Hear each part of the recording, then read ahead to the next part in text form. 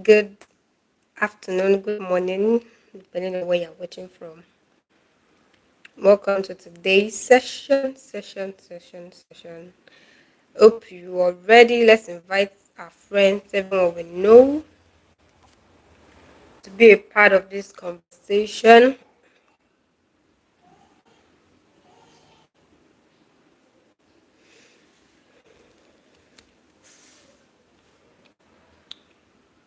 Mhm.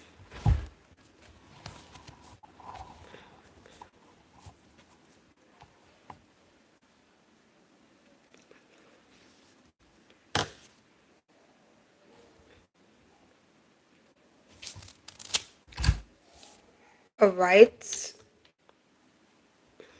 we'll be starting. Okay, please, if you can hear me, I would love to see your comments in this. I would love to see your comments.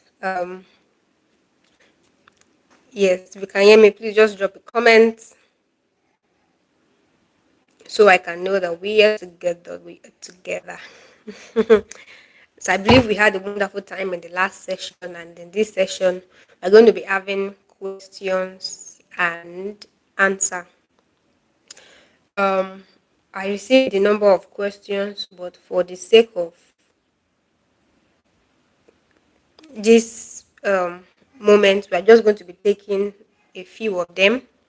I would really appreciate if I can see your comments as you are joining. Please do all to invite your friends, invite your community, so that you can learn together and grow together.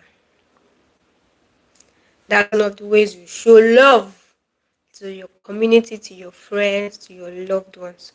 So if you want to take a moment to do that, to invite one or two persons so you can learn and grow together. Also, if you have any question during the course of this session, I will take maybe one or two. Right, but I really want to see our feedbacks before we go into the conversation for today. Okay, you're welcome. Good day to you.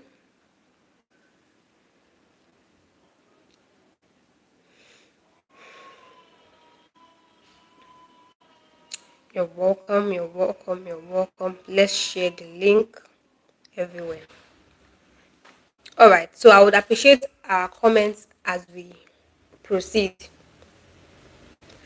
So today we're going to be having a live question and answer session, like I said initially, and we asked some of our community members to drop some questions they would love me to address. And today, I'm going to be addressing some of their questions. So, like I said, if you have any question during the course of this session, please do well to drop it in the comments and it is going to be taken. So, without further much ado, if you're ready, say, I'm ready, I'm ready, I'm ready, I'm ready, I'm ready, ready, ready, ready, ready, ready, ready, ready, ready.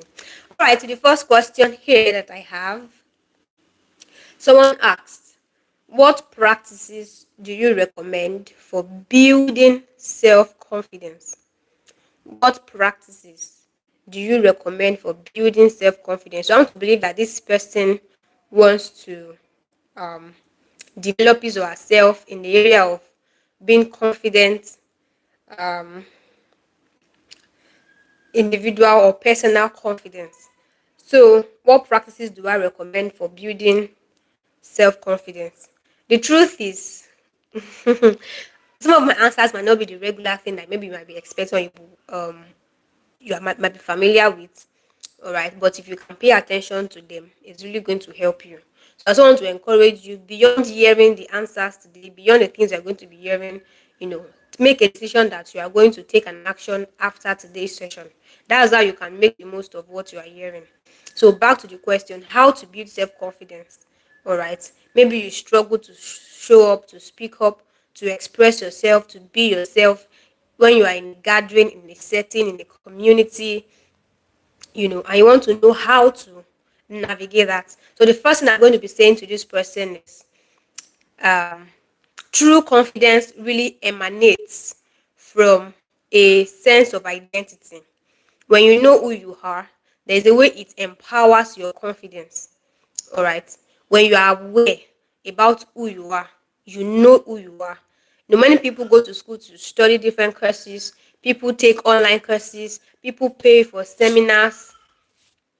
People read books, apply for PhD, go for PhD in different fields. They go for special trainings in their area of specialization. All right.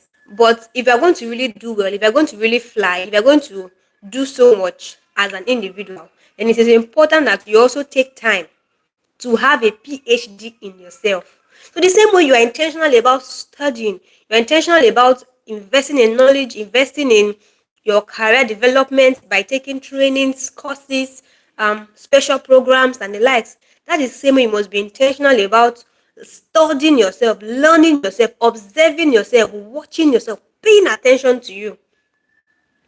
All right. So because confidence really comes from a true sense of identity when you know who you are, a right sense of identity. So there can be no confidence when there is comparison. So if you're always comparing yourself to others, always looking at the next person beside you, always watching other people's progress, but you're not paying attention to yourself, of course, someone won't be confident that way. So you must be a pro in studying yourself, studying your emotions, studying your passions, studying, paying attention to your inner self. What moves you? What makes you tick? All right. How you respond, how you react, what makes you come alive. You must pay attention to yourself. So the more you know you, the more confident you'll be in doing you. The more you know you, the more confident you'll be in doing you. I hope that helps in for that. I think another thing I'm going to add on this question is still going to be, you cannot be confident when you are not competent. Competence boosts confidence. I've seen this again and again and again. One of the reasons why people lack self-confidence, primarily they check. Maybe they're in a gathering and they're supposed to speak about a subject matter. It could be because they don't have enough knowledge about what they're supposed to talk about. Or maybe at their place of work, they're not confident. It might be because they, this is not, like I said, this is not the only reason. It can be, this is just one of the reasons. It can be because, they are not upgrading their skill sets. They are not improving on themselves. They are not intentional about growth. And in that way, if you are not competent, you can't be confident. All right. Competence boosts confidence. Anytime, any day. Competence boosts confidence. So you want to be intentional about investing in knowledge, investing in learning. It's going to really help you. All right. Give yourself to intentional growth in every areas of your life. Relational wise, you notice that, oh, you want to do better. You want to be confident in relating with people. You want to be able to speak to people and not feel somehow. All right. You meet certain caliber of people and you're not feeling less of yourself. You're not feeling like a wimp. You know, you have to learn the um, requirements or the things that is required. You must give yourself the knowledge that is necessary for you to be able to interact with different calibers of people. So learning any day, anytime also boosts or improves your self-confidence. All right, sharpen your gifts, sharpen your talent, sharpen your skill sets. Be intentional about growth. Another thing I feel or I know I've seen also that boosts one's confidence really is taking action. The more you do, it's a fuel, all right, to want to do more.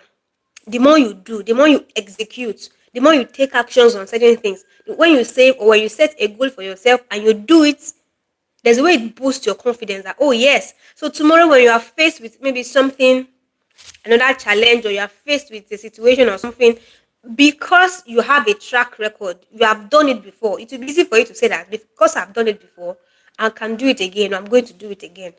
Do you see that? So maybe you started the business and you stayed with grooming the business, building the business, seeing to it that it works. So tomorrow, if you want to start another endeavor or you want to go into something else, it will be easy for you to do that because there is a track record of action. There's a track record of execution. Do you see that? I really need that feedback so I can know that you are with me. All right. Are you still with me? Can you hear me clearly?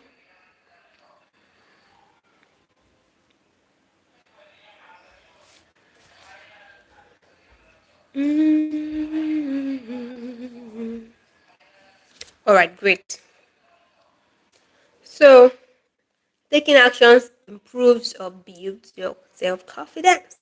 I did it yesterday, I can do it today. So, but when you don't have any record of what you have done yesterday, it will be difficult for you to say that and to even try new things. All right, action kills self doubt. You know, when you take actions, when you do what fear tells you not to do, it kills self doubt. It kills self doubt. It unlocks possibility. You know, when to overcome self doubt, do what fear says you shouldn't. Sometimes one of the reasons people are not confident is because they're just afraid. What if I say rubbish? What if it doesn't work? What if this? What if that? A lot of what ifs. All right. So doing it regardless, it kills self doubt. It kills um, that fear. So that's that about that. I think the final thing I'm going to say on this question is just know God. There's a way that when you know your father is, you'll be confident. If you are the child of maybe a president, a well-to-do global figure, a popular figure, there's a way you boost the confidence. This is my father. I don't know who my father is. There's a way you carry yourself when you know your father is. So know God. It also boosts your self-confidence. So the second question I have here says, how do I deal with inconsistency as someone who truly um, desire change and start making efforts towards making a change? But as time goes on, inconsistency enters and then fell out of it.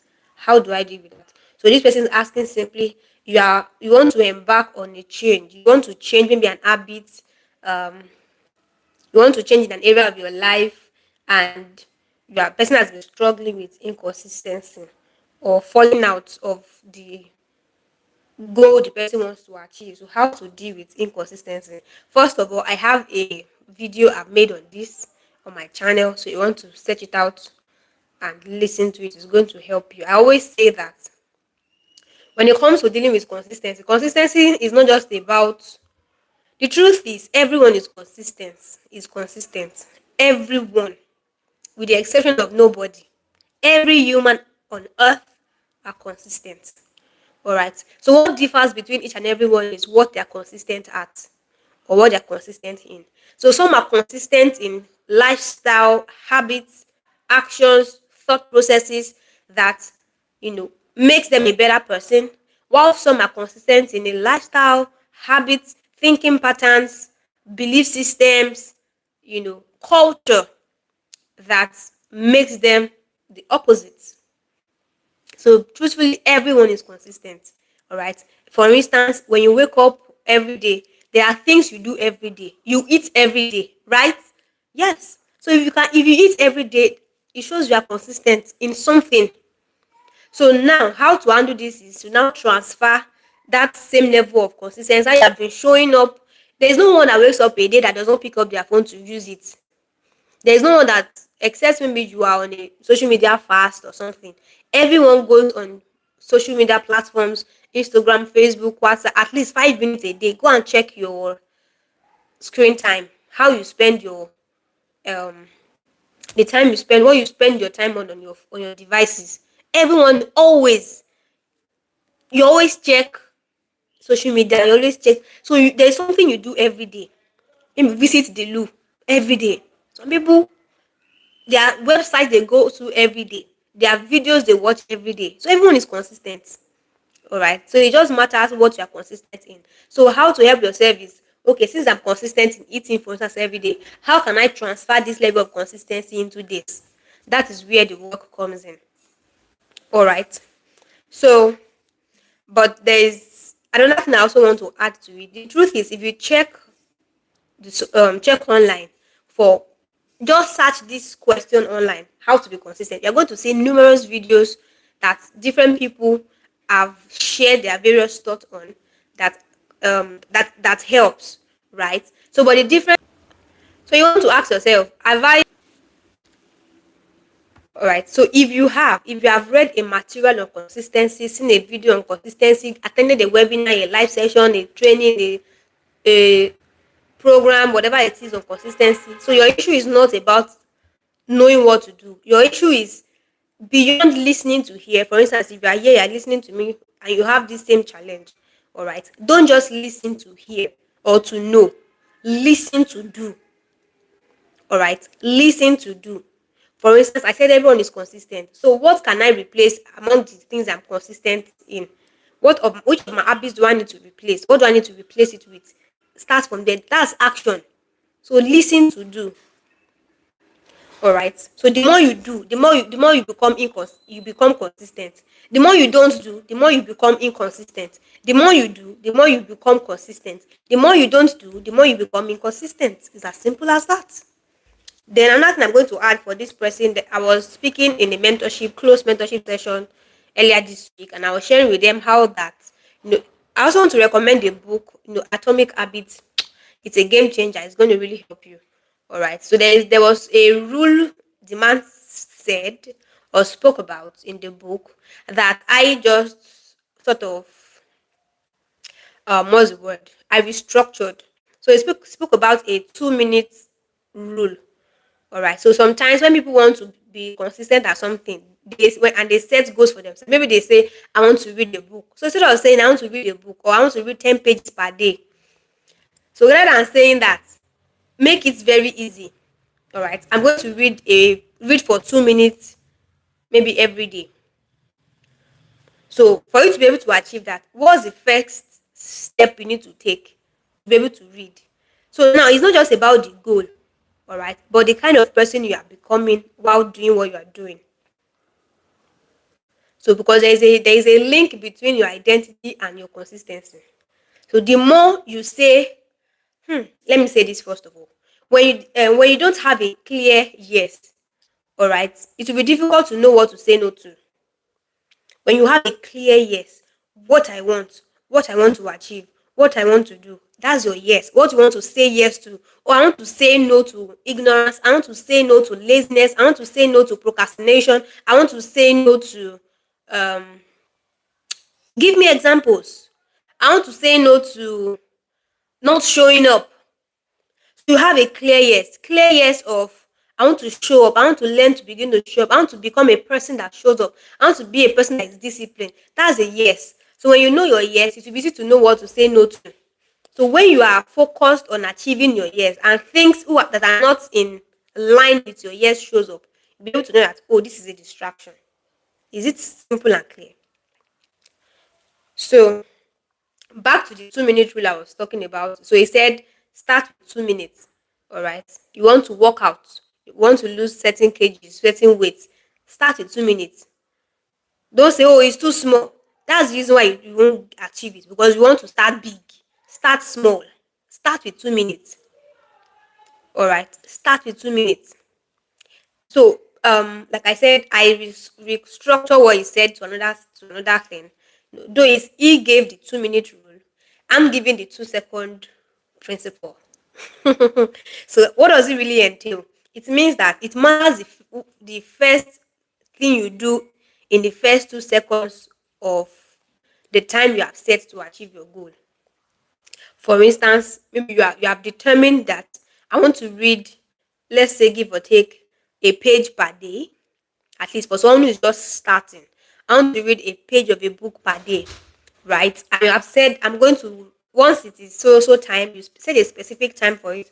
Once it's so time, I'm going to read this book. So when it is time for you to do that, if you pick up your phone in the first 2 seconds to want to quickly scroll on the internet, you want to quickly check up on someone, chat, or do something, you have killed your ability to follow through that day. Do you get what I'm trying to say? If you're able to, what you do in the first 2 seconds matters. For instance, you want to maximize your mornings, you want to make the most of your mornings, all right. And when you wake up, you want to build a morning routine, a morning habit. And when you wake up in the morning, the first thing you do is to switch off your alarm, turn to the wall, pick up your phone, and just start pressing your phone. You start using your device. You're not going to build a proper morning routine that way. But if for the first 2 seconds you wake up, you turn, all right, stand up from your bed and maybe go to the toilet to brush your teeth if that's what you want to do first. It matters what you do in the first 2 seconds. It matters what you do in the first 2 seconds. It matters what you do in the first 2 seconds. So once you get it right in that first 2 seconds, the rest they say is what? History. Are you getting what I'm saying? The rest will be history. So master your first 2 seconds. So I want to watch a video in line with my field for an hour, 30 minutes, whatever. It matters what you do in the first 2 seconds of the time you set.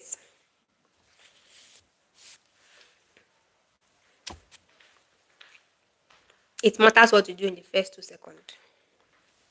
So that's that on that. And I think finally another thing that can help this person is also accountability. This cannot be overemphasized. Getting someone that you know will not spare you, will not pity you, will not try to understand you all the time and say, oh sorry, oh you were not able to do it. When you have a strong accountability support, it also helps. So get an accountability partner. I feel like this conversation on this consistency should be another video, and sincerely speaking, or a class on its own. So there's one more thing I also want to add. Should I add that? Go and apply the ones I've said first of all.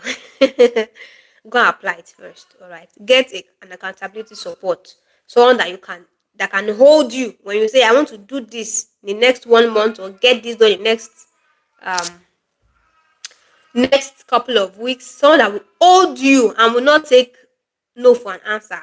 uh They're also going to help. So to the next question, because of time, how do you deal with being overwhelmed with so many goals and don't know where to start from? How to deal with being overwhelmed? I think this is something that many people face. All right, whether you're an employee, an employer, a leader, uh, whatever field you might be in, this is something that people face at one point or the other. All right, but it matters what you do when you are faced with this. So the thing is, sometimes overwhelm. So when it comes to for this question says how to deal with being overwhelmed with so many goals, right? And you don't know where to start from.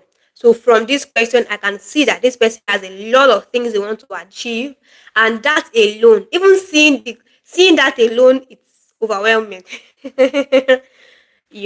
From coaching people over the years, I've seen that these are one of the reasons why many people they don't follow through their plans because they want to do so many things at the same time. They want to do a lot of things at the same time. All right. And if the person is someone that's been maybe battling with consistency before, battling with juggling things before, and now to sometimes when you listen to a conversation like this, you are fired up. You are excited. You want to jump and go and start doing things. All right. And you are picking 5, 10 things to do at the same time. It's not going to last. So what do I always recommend to my clients? First of all, have clarity. All right. Overwhelm comes from lack of clarity. When you have too many things in your brain that you have stored in your head. That, oh, I want to do this. I want to do. They are trying to push everything at the same time. All right. So when you bring it down from your mind, from your head, bring it out of your head into book and pen or your notepad or your phone notes or your device notes, whatever works for you. All right. Remove that load from your head. Because when you don't do this, it becomes mental overload because there's so many things. Your brain is just pa pa pa pa pa. So move it from your brain out. List out the things you want to do specifically. Sometimes as you sit down to write, you see that sometimes some things you feel you want to do might not even be necessary at the moment. So sit down, Write them out. Note the things that you want to achieve. Be clear about it. All right. Be clear. So having written them down, right? Like I said previously, but before that, having written them down, then pick it one at a time. The highest I recommend my clients to do when it comes to achieving a goal is maybe 2 3 goals at a time, at a stretch. All right, or 2 3 similar goals at a stretch. Because when you're saying I want to do this, I want to do 5 things at the same time, you won't be able to keep up. All right, you just be scattering your energy in different ways, and that way you become stressed, you become overwhelmed. All right, so pick one, two related goals and focus on them for a period of time. That's how you have measurable growth. That's how you have measurable growth. So having done that, like I said before, when you don't know your yes, when you know your yes, you'll be able to know what to say no to. So once you have known what you want to focus on and things that are not related, that's why I said it's easy for us to get excited. It's easy for us to get inspired. Maybe you attend a session like this, you go for something and you really think, oh, I want to do this too. I want to do this now. I want to do this now. No, calm down. We are focusing on something at the moment. If it is not in tandem with what we are focusing on, you can just note it, then pick it up after you are done with this. That's how you make progress. It's as simple as that. I hope that is clear. So don't try to do everything at once. Don't try to do everything at once. Pick it one at a time and you'll make progress. The next question, I'll just take in 2 more questions. I hope you're learning something. Oh, and you're also noting what you're going to do after now. Next question here says, how do you detach from people or situations without becoming bitter? How to detach from people or situations without becoming bitter? In all honesty, I cannot answer this question at the moment because I need clarity. All right. Are you bitter already? Then we need to examine the situation and ask further questions on this. So, yeah, that's that on that. Next question, final question for today is someone is asking, what is my process? Okay. When I feel overwhelmed, I think there's a lot of overwhelm. So probably I would make a video on it. Or discouraged. I mean, how do you keep leading when you feel overwhelmed? So obviously this person is a teacher, sorry, a leader rather. How do you keep leading when you feel overwhelmed?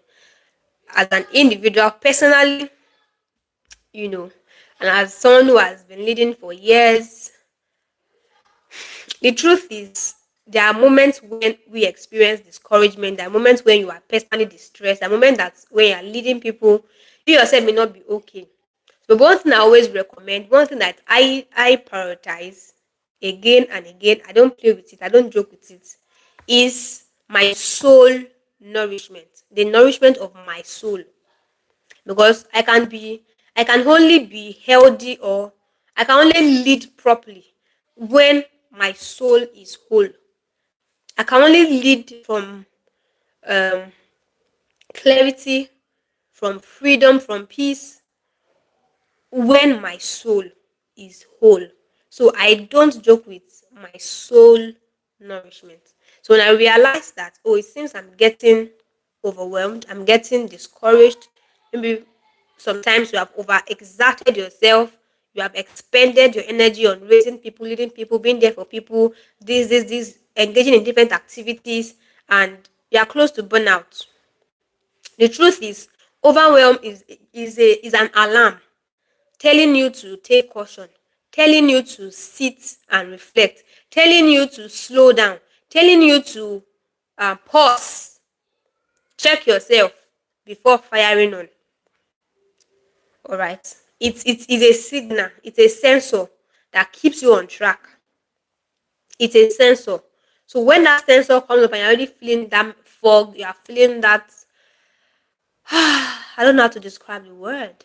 It's just a cue for you to, oh, hold up. There's something going on here. I need to pay attention to and address it. So, what are the things that I would recommend you to do? I would say that you should have Every leader must have what I call renewal activities. All right, you must have renewal activities and periods that you engage intentionally in soul nourishment, in self care, so you will not burn out, so you will not lead from exhaustion, so you will not lead from frustration, so you will not lead because when you are not fine internally and you're leading people, what are you? How are you? You won't be able to lead them as you should. You just be bleeding on people. You'll be sometimes maybe someone does something that is little, the way you react to it, you begin to lead reactionally. All right. So you need to pay attention to your soul nourishment. So your activity might now differ per person. All right. This is where I cannot tell you that this is specifically what you can do. But look at yourself. What works for you? Is it to just take a day or two break to maybe go to a spa? Oh my god. Going to a spa and they just take care of you. My god. That experience.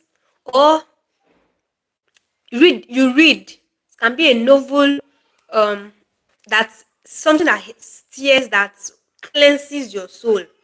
All right, just take time out to fix yourself. It can be a day depending on how much or the kind of activities that you are engaged in. All right, you can take a day, take a day or two to just nourish your soul. So you have to be very intentional about this, and you don't even need to be a leader to be intentional about this. You don't need to be a leader. Everyone experiences overwhelm, right? Everyone does. Parents, um, teachers, leaders, employees, employers, you experience overwhelm. So you for someone who is a 9 to 5er that is saying, we don't have a break, I'm always working, how do I do it? You can set your evenings when you come back from work to just say this period of time I'm doing so activities. So you should have observed yourself, right? Know what works for you. So don't just go and be indulging in movies. Some people they will go and spend time while watching movies and they become more frustrated, they become more overwhelmed. When they come out from that, they are still feeling somehow. But there's some movies you watch that nourishes your soul. It ignites that spark again. It makes you feel better. I don't want to call names, but just be intentional about what you watch. So overwhelm is a signal. It's a cue for you to take care of yourself. So I hope I've been able to address and answer every question. If you are here and you asked a question, I hope I've answered you. If you have any question, please also do well to ask in the next 1-2 minutes. Let's take 1 or 2 questions before we call it a day. Does anyone have any question? I believe you've learned something today. Beyond learning, practice. That's what differentiates people from people. Practice. And the more you practice, the better. Oh, I miss you too. Oh, moment in live session. Oh wow, um the video is going to be available after now, so you can go back to watch it. You can go back to watch it after now. It's going to be available shortly after this session. Oh wow. So any other question? I'm waiting.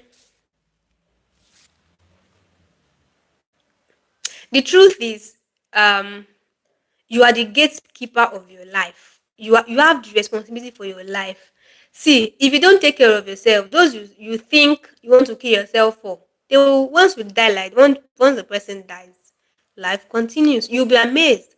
The best they will do is to just cry for some time period of time, some a day, some a week, depending on um impactful you are in their life or how much you mean to them.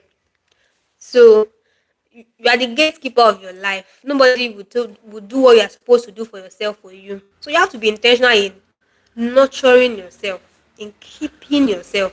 So another thing I would also say is you have to.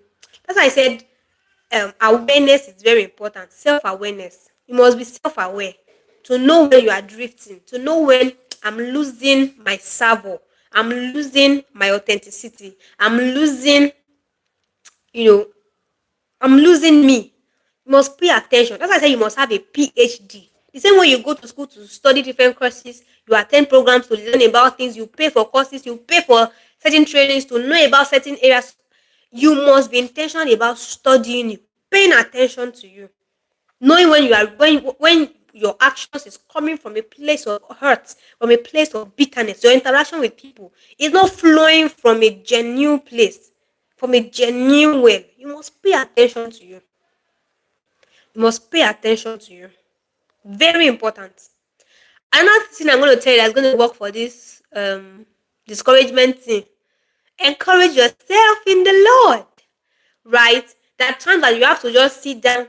So sometimes you identify what is the cause of this overwhelm, right?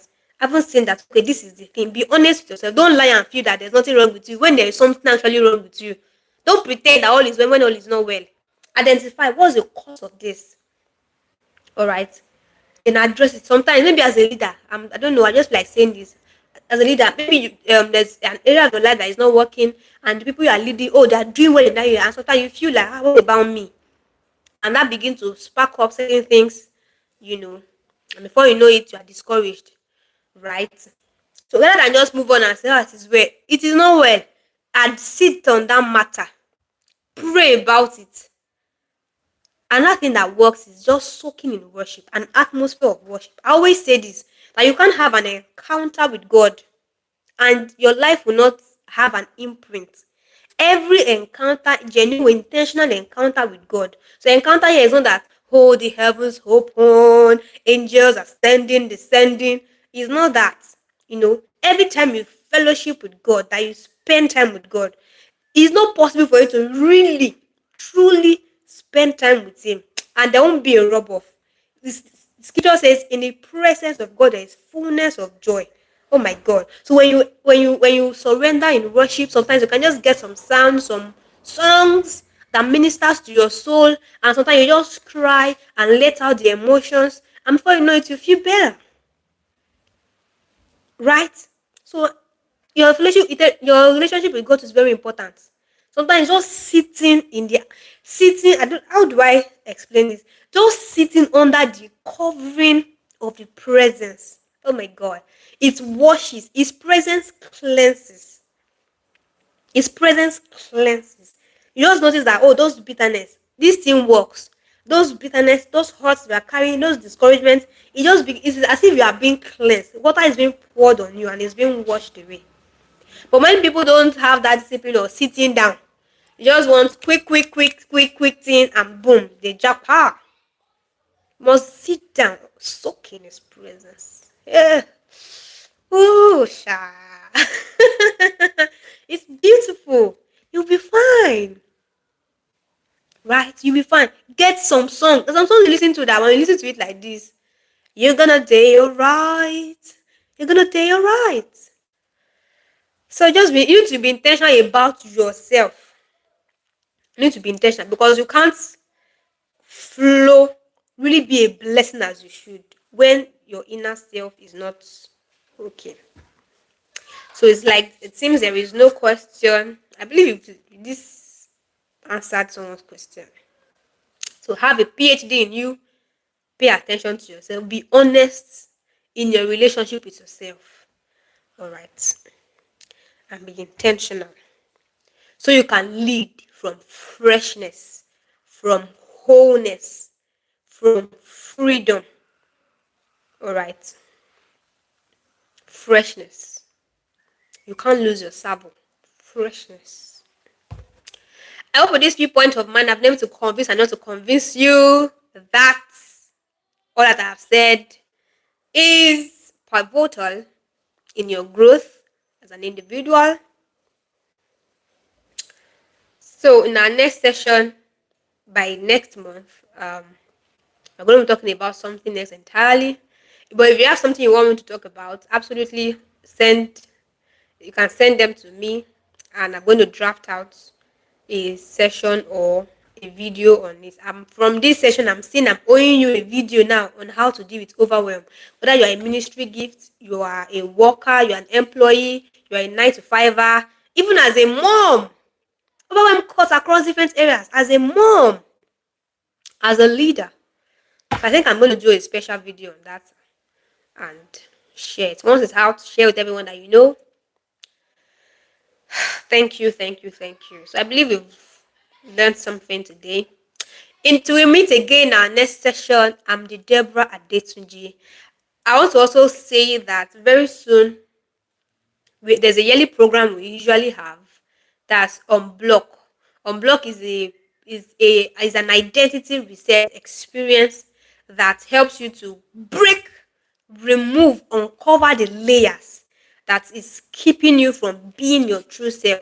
Sometimes the truth is we experience several things every day that affect us, shapes our identity, shapes how we see ourselves, you know, every day we experience different things. Some people, they're still carrying the baggages of the past, trauma, abuse, all manner of things. And abuse, like I said, it's not just in from family background. When people hear abuse, they just feel, oh, it's just for my family abuse, and it's beyond that. Sometimes the greatest abuse is self-inflicted abuse, right? So some people experience abuse, toxicity from their workplace, from different places, from relationships, that's relationship that has impacted on who they are as a person. Because of that, they've their identity has been affected. So unblock is that place where you release so you can really be yourself again.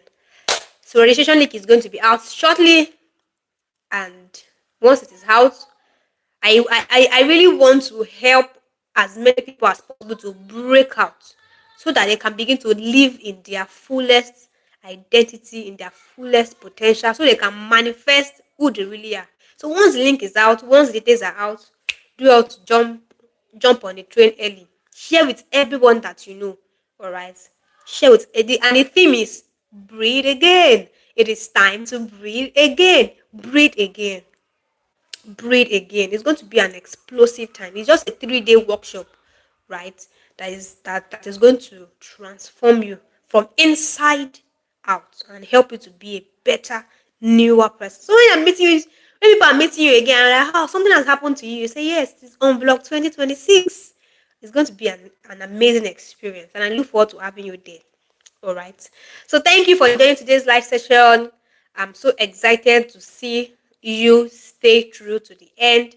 This video, like I said, will be available after now. So do well to come over it and listen to this again and again and again whenever you have questions related to the things we have addressed today. Till we meet again, I'm still your favorite transformation coach, the Deborah Adetunji. Sending you lots of love. Enjoy your weekend. Bye, everyone.